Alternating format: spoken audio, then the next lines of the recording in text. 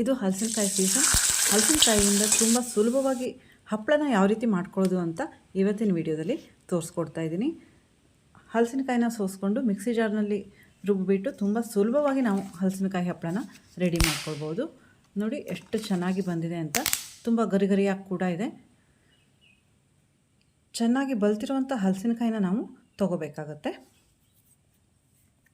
ಮೇಣ ಎಲ್ಲ ಅಂದರೆ ಗಮ್ಮೆಲ್ಲ ಇರುತ್ತಲ್ಲ ಅದೆಲ್ಲ ಹೋಗೋ ತನಕ ಒಂದು 10 ನಿಮಿಷ ಬಿಟ್ಟು ಕ್ಲೀನಾಗಿ ವಾಶ್ ಮಾಡಿಬಿಟ್ಟು ಒಂದು ಬಾಳೆಹಣ್ಣೆಲ್ಲ ಈ ರೀತಿ ಹಾಕ್ಕೊಂಡು ಹಲಸಿನಕಾಯಿನ ಈ ಕೊಡಲಿನಲ್ಲಿ ಕಡ್ಕೋಬೇಕು. ಕೊಡಲಿನ ಕೂಡ ಒಮ್ಮೆ ವಾಶ್ ಮಾಡಿಕೊಂಡ್ರೆ ಅದಕ್ಕೆ ನೀರಿನ ಅಂಶ ಇರುತ್ತಲ್ಲ, ಇದರಿಂದಾಗಿ ಗಮ್ ಕೊಡಲಿಗೆಲ್ಲ ಅಂಟಲ್ಲ.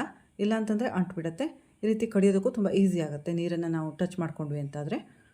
ನೋಡಿ ಈ ರೀತಿಯಾಗಿ ಹಲಸಿನಕಾಯಿನ ಕಡ್ಕೊಳ್ಬೇಕು. ನಂತರ ಸ್ವಲ್ಪ ಕೊಬ್ಬರಿ ಎಣ್ಣೆನ ಕೈಗೆ ಹಚ್ಕೊಳ್ಬೇಕು. ಇಲ್ಲಾಂತಂದರೆ ತುಂಬಾ ಗಮ್ಮಿರುತ್ತಲ್ಲ ಹಲಸಿನಕಾಯಲ್ಲಿ, ಅದೆಲ್ಲ ಅಂಟ್ಕೊಂಡು ಬಿಡುತ್ತೆ. ನೋಡಿ ಯಾವ ರೀತಿ ಗಮ್ಮಿದೆ ಅಂತ. ಇದಕ್ಕೆ ಬಾಳೆ ಎಲೆದು ಅಥವಾ ಮತ್ತೇನಾದರೂ ಎಲೆನ ತೊಗೊಂಡ್ಬಿಟ್ಟು ಈ ರೀತಿ ಗಮ್ಮನ್ನೆಲ್ಲ ಒಮ್ಮೆ ತೆಗೆದುಕೊಂಡು ಬಿಡಬೇಕು. ಮೇಲ್ಗಡೆ ಇರುತ್ತಲ್ಲ ಕಟ್ ಮಾಡಿಟ್ಟಾಗ ಬರ್ತಾ ಇರುತ್ತೆ, ಕಟ್ ಮಾಡುವಾಗ ಕೂಡ ಬರ್ತಾ ಇರುತ್ತೆ. ಆದರೆ ಮೇಲ್ಗಡೆಯಿಂದ ಈ ರೀತಿ ತೆಗೆದುಕೊಂಡ್ರೆ ಒಮ್ಮೆ ಸ್ವಲ್ಪ ಅನುಕೂಲ ಆಗುತ್ತೆ ಕಟ್ ಮಾಡೋದಕ್ಕೆ. ನೋಡಿ ಈ ರೀತಿಯಾಗಿ ನಾನು ಗಮನ ತೆಗೆದುಕೊಂಡಿದ್ದೀನಿ. ನಂತರ ತುಂಬ ಹರ್ತವಾಗಿರುವಂಥ ಮೆಟ್ಗತ್ತಿನಲ್ಲಿ ನಾನು ಇದನ್ನು ಕಟ್ ಮಾಡ್ಕೋತೀನಿ. ಕೆಲವೊಂದು ಹಲಸಿನಕಾಯಿ ಹಪ್ಪಳ ಮಾಡೋದಕ್ಕೆ ಬರುತ್ತೆ, ಕೆಲವೊಂದು ಮರದ ಹಲಸಿನಕಾಯಿ ಬರಲ್ಲ. ನಾವು ಹಪ್ಪಳ ಮಾಡಿದ್ವಿ ಅಂತಂದರೆ ಮಧ್ಯ ಬಿರುಕೆಲ್ಲ ಬಂದುಬಿಡುತ್ತೆ, ಸೀಡ್ ಬಂದುಬಿಡುತ್ತೆ. ಅದಕ್ಕೆ ನಾವು ಯಾವ ಹಲಸಿನಕಾಯಿ ಬರುತ್ತೆ ಅಂತ ಮನೆಯಲ್ಲಿ ಮೊದಲು ಮಾಡಿ ನೋಡಿರ್ತೀವಲ್ಲ, ಅದೇ ಹಲಸಿನಕಾಯಿನ ಬಲ್ತಿರೋವಂಥದ್ದನ್ನು ತೊಗೊಂಡು ರೆಡಿ ಮಾಡ್ಕೋಬೇಕಾಗತ್ತೆ. ನೋಡಿ ಈ ರೀತಿ ಗುಂಜನ್ನೆಲ್ಲ ಬಿಡಿಸ್ಕೊಂಡು ಚಿಕ್ಕ ಚಿಕ್ಕ ಕಡಿಗಳನ್ನಾಗಿ ಪೀಸ್ಗಳನ್ನಾಗಿ ಮಾಡಿಕೊಂಡು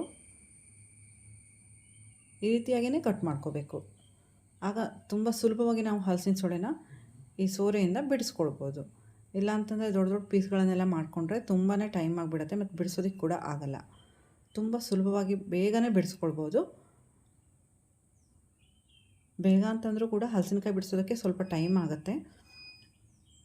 1.5 ತಾಸಂತೂ ಬೇಕಾಗುತ್ತೆ. 2 ಹಲಸಿನಕಾಯಿ, ದೊಡ್ಡ ದೊಡ್ಡ ಹಲಸಿನಕಾಯಿನ ನಾವು ಈ ರೀತಿ ಸೊಳೆನ ತೆಗೆದು ಕ್ಲೀನ್ ಮಾಡ್ಕೊಳ್ಳೋದಕ್ಕೆ. ನೋಡಿ ಒಳಗಡೆ ಇರೋವಂಥ ಬೇಳೆನ ತೆಗೆದುಬಿಟ್ಟು ಈ ಸೋರೆನೆಲ್ಲ ಚಿಕ್ಕ ಚಿಕ್ಕ ಹಲಸಿನ ಸೋರೆ ಇರುತ್ತಲ್ಲ ಅದ್ರ ಜೊತೆಗೆ ಅದನ್ನು ಕೂಡ ತೆಗೆದು ರೆಡಿ ಮಾಡ್ಕೋಬೇಕಾಗತ್ತೆ. ಎಲ್ಲನೂ ಇದೇ ರೀತಿ ರೆಡಿ ಮಾಡ್ಕೊಳ್ಬೇಕು. ನೋಡಿ ಈ ರೀತಿ ಇರೋದನ್ನೆಲ್ಲ ತೆಗೆದುಕೊಂಡು ಬಿಡಬೇಕು. ಎಲ್ಲನೂ ಕಟ್ ಮಾಡಿಕೊಂಡು ಹಲಸಿನ ಸೊಳೆನ ಈ ರೀತಿ ರೆಡಿ ಮಾಡ್ಕೊಂಡಿದ್ದೀನಿ. ನಂತರ ತುಂಬ ಚೆನ್ನಾಗಿ ಬೇಯಿಸ್ಕೋಬೇಕಾಗತ್ತೆ. ಈ ಹಲಸಿನ ಸೊಳೆ ಮುಳುಗುವಷ್ಟು ನೀರನ್ನು ಹಾಕ್ಕೊಂಡು ಬೇಯಿಸ್ಕೋಬೇಕು. ಕೆಲವೊಂದು ಹಲಸಿನ ಸೊಳೆ ಬೇಗ ಬೇಯುತ್ತೆ, ಕೆಲವೊಂದು ಲೇಟಾಗಿ ಬೇಯುತ್ತೆ. ನಮ್ಮ ಮನೆಯಲ್ಲಿರುವಂಥ ಹಲಸಿನಕಾಯಿಗೆ 1 ತಾಸಾದರೂ ಬೇಕಾಗುತ್ತೆ. ನಾನು ಜಾಸ್ತಿ ಪ್ರಮಾಣದಲ್ಲಿ ಮಾಡ್ಕೊಳ್ಳೋದ್ರಿಂದ 1 ತಾಸು ಬೇಕಾಯಿತು ಇದು ಬೇಯೋದಕ್ಕೆ. ಮಧ್ಯದಲ್ಲಿ ಒಮ್ಮೆ ಹಲಸಿನ ಸೊಳೆನ ಮೇಲೆ ಕೆಳಗೆ ಸೌಟಿನ ಸಹಾಯದಿಂದ ಮಾಡ್ಕೋಬೇಕಾಗತ್ತೆ. ನೋಡಿ ಹಿಂದಿನ ದಿನ ಬೇಯಿಸಿ ಇಟ್ಕೊಂಡ್ರೆ ನಾವು ಮರುದಿನ ಬೆಳಗ್ಗೆ ಇದನ್ನು ರುಬ್ಕೊಂಡು ಹಪ್ಪಳನ ರೆಡಿ ಮಾಡ್ಕೊಳ್ಬೋದು. ಬೆಳಗ್ಗೆನೇ ಬೇಯಿಸ್ಬಿಟ್ಟು ಮಾಡ್ತೀವಿ ಅಂತಂದರೆ ತುಂಬ ಬಿಸಿ ಇರುತ್ತಲ್ಲ, ಆಗಲ್ಲ. ಹಿಂದಿನ ದಿನವೇ ನಾವು ರೆಡಿ ಮಾಡ್ಕೋಬೇಕಾಗತ್ತೆ. ಟೈಮ್ ತೊಗೊಂಡ್ಬಿಡತ್ತೆ. ಇಲ್ಲ ಅಂತಂದರೆ ಸ್ವಲ್ಪ ಲೆಂದಿ ಪ್ರೊಸೆಸ್ ಇರುತ್ತೆ. ಆದರೆ ಹಲಸಿನಕಾಯಿ ಹಪ್ಪಳ ತುಂಬ ಟೇಸ್ಟಿಯಾಗಿರುತ್ತೆ ಮತ್ತು ಎಲ್ಲ ಟೈಮ್ನಲ್ಲೂ ಮಾಡ್ಕೊಳ್ಳೋದಕ್ಕಾಗಲ್ಲ, ಈ ಟೈಮ್ನಲ್ಲೇ ಮಾಡ್ಕೋಬೇಕಾಗತ್ತೆ. ನೋಡಿ ಈ ರೀತಿ ಬೆಂದಿರುವಂಥ ಹಲಸಿನ ಸೊಳೆನ ಮಿಕ್ಸಿ ಜಾರ್ನಲ್ಲಿ ನಾನು ರುಬ್ಕೊಳ್ತೀನಿ. ಮಿಕ್ಸಿ ಜಾರ್ನಲ್ಲಿ ರುಬ್ಕೊಳ್ಳೋದ್ರಿಂದ ತುಂಬ ಜಾಸ್ತಿ ಬೇಯಬೇಕು ಅಂತೇನಿಲ್ಲ, ಹದ ಬೆಂದರೆ ಸಾಕಾಗತ್ತೆ. ಸ್ವಲ್ಪ ಪ್ರಮಾಣದಲ್ಲಿ ಬೆಂದರೂ ಕೂಡ ಸಾಕಾಗತ್ತೆ.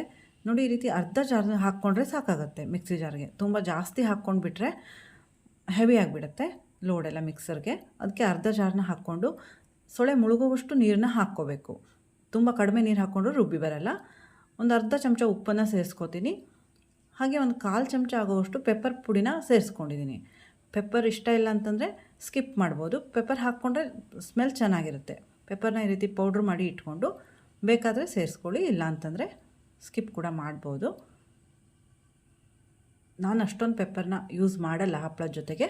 ಗ್ರೈಂಡ್ರಲ್ಲಿ ಕೂಡ ರುಬ್ಕೋಬಹುದು ಇದನ್ನ, ಆದರೆ ಹಲಸಿನ ಸೊಳ್ಳೆ ತುಂಬ ಚೆನ್ನಾಗಿ ಬೆಂದಿರಬೇಕಿರುತ್ತೆ. ಮಿಕ್ಸರಲ್ಲಾದರೆ ಸ್ವಲ್ಪ ಬೆಂದರೂ ಸಾಕಾಗುತ್ತೆ, ತುಂಬ ಚೆನ್ನಾಗಿ ರುಬ್ಕೊಂಡು ಬರುತ್ತೆ. ಇಷ್ಟು ನೀರನ್ನಂತೂ ಹಾಕ್ಕೊಳ್ಳೇಬೇಕು. ನೋಡಿ ಕನ್ಸಿಸ್ಟೆನ್ಸಿ ಇಷ್ಟಿದ್ರೆ ಸಾಕಾಗುತ್ತೆ. ತುಂಬ ಗಟ್ಟಿಯಾಗಿರಬೇಕು ಅಂತ ಅವಶ್ಯಕತೆ ಏನಿಲ್ಲ. ಈ ರೀತಿ ನುಣ್ಣಗೆ ರುಬ್ಕೊಂಡು ಬರಬೇಕು. ನುಣ್ಣಗೆ ರುಬ್ಕೊಂಡು ಬರುತ್ತೆ. ನೀರು ಸ್ವಲ್ಪ ಕಡಿಮೆ ಆಯಿತು ಅಂತಂದರೆ ನಾವು ಎಕ್ಸ್ಟ್ರಾ ನೀರನ್ನು ಕೂಡ ಆ್ಯಡ್ ಮಾಡ್ಕೋಬೋದು ರುಬ್ಬಬೇಕಿದ್ರೇ. ನೋಡಿ ಈ ರೀತಿಯಾಗಿಯೇ ರುಬ್ಕೋಬೇಕು. ಇಲ್ಲಾಂತಂದರೆ ನಾವು ಹಪ್ಪಳ ಮಾಡಬೇಕಿದ್ರೆ ಅಚ್ಚಿನಲ್ಲಿ ಹಚ್ಚುವಾಗ ಅಷ್ಟೊಂದು ಚೆನ್ನಾಗಿ ಬರಲ್ಲ. ಹಲಸಿನ ಸೊಳೆ ಇದ್ಬಿಡ್ತು ಅಂತಂದರೆ ಕ್ವಿಕ್ಕಾಗಿ ಮಾಡೋಕ್ಕಾಗಲ್ಲ, ತುಂಬ ಬೇಗ ಬೇಗ ಆಗಿಬಿಡುತ್ತೆ. ಈ ರೀತಿಯಾಗಿ ನಾವು ನುಣ್ಣಗೆ ಬೀಸ್ಕೊಂಡ್ವಿ ಅಂತಾದರೆ ಗ್ರೈಂಡ್ರಲ್ಲಿ ಇಷ್ಟೊಂದು ನುಣ್ಣಗೆ ಕೂಡ ಬರಲ್ಲ, ಟೈಮು ಕೂಡ ತುಂಬಾ ತೊಗೊಂಡ್ಬಿಡುತ್ತೆ. ಆದರೆ ಮಿಕ್ಸರಲ್ಲಿ 40 ನಿಮಿಷಕ್ಕೆಲ್ಲ ನಾನು 350 ಹಪ್ಪಳ ಆಗುವಷ್ಟು ಹಿಟ್ಟನ್ನು ರುಬ್ಕೊಂಡಿದ್ದೀನಿ. ತುಂಬಾ ಬೇಗ ಆಗಿಬಿಡತ್ತೆ. ಅದಕ್ಕೆ ಮಿಕ್ಸರಲ್ಲಿ ತುಂಬ ಸುಲಭವಾಗಿ ನಾವು ಈ ಹಪ್ಪಳದ ಹಿಟ್ಟನ್ನು ರೆಡಿ ಮಾಡಿಕೊಂಡು ಹಪ್ಪಳನ ರೆಡಿ ಮಾಡ್ಕೋಬೋದು. ನೋಡಿ ಫ್ರೆಂಡ್ಸ್, ಬಾಳೆ ಎಲೆಯಲ್ಲಿ ಮೊದಲೆಲ್ಲ ಹಚ್ತಾಯಿದ್ರು, ಹಪ್ಪಳನ ರೆಡಿ ಮಾಡ್ಕೋತಾ ಇದ್ರು.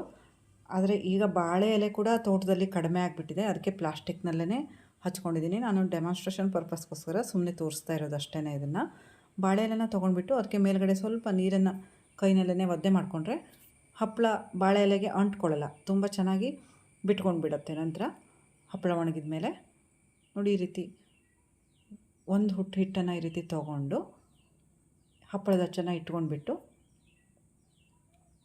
ಈ ರೀತಿ ಮಾಡ್ಕೋಬೇಕು. ಮಧ್ಯದಲ್ಲಿ ಹಾಕ್ಕೊಂಡ್ರೂ ಕೂಡ ಎಲ್ಲ ಕಡೆ ಸ್ಪ್ರೆಡ್ ಮಾಡಿಕೊಂಡು ಎರಡೂ ಕಡೆ ಈ ರೀತಿ ಸ್ಪ್ರೆಡ್ ಮಾಡಿಕೊಂಡ್ರೆ ಆಯಿತು. 2 ಸಲ ಈ ರೀತಿ ಮಾಡಿಬಿಟ್ರೆ ತುಂಬ ಚೆನ್ನಾಗಿ ಹಪ್ಪಳ ರೆಡಿ ಆಗಿಬಿಡುತ್ತೆ.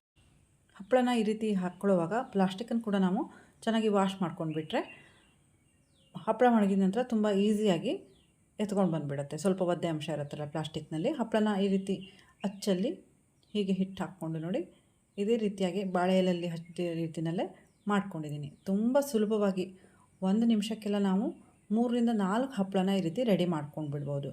ತುಂಬ ಸುಲಭವಾಗಿ ಹಚ್ಕೊಳ್ಬೋದು. ಉಳಿದಿರುವಂಥ ಹಿಟ್ಟನ್ನು ಮತ್ತೆ ಹೀಗೆ ತೆಗೆದುಕೊಂಡು ಬಿಟ್ಟರೆ ಆಯಿತು. ತುಂಬ ಚೆನ್ನಾಗಿ ಹಪ್ಪಳ ರೆಡಿ ಆಗಿಬಿಡುತ್ತೆ.